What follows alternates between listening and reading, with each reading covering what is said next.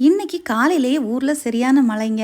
மழை வந்தாலே இப்போ தோன்ற ஒரே ஒரு விஷயம் என்னன்னா, குரூப்ல மெசேஜ் வந்திருக்கா, செய்தியில ஏதாவது லீவு சொல்றாங்களா அப்படின்னு சொல்லிட்டு குழந்தைங்க எதிர்பார்த்துட்டே இருந்தாங்க.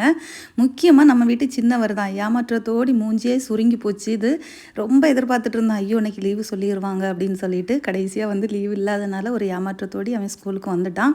இந்த மாதிரி குழந்தைங்க இப்போ லைட்டா மழை பெஞ்சாலே உடனே எதிர்பார்ப்பு ஸ்கூல் லீவு தான்.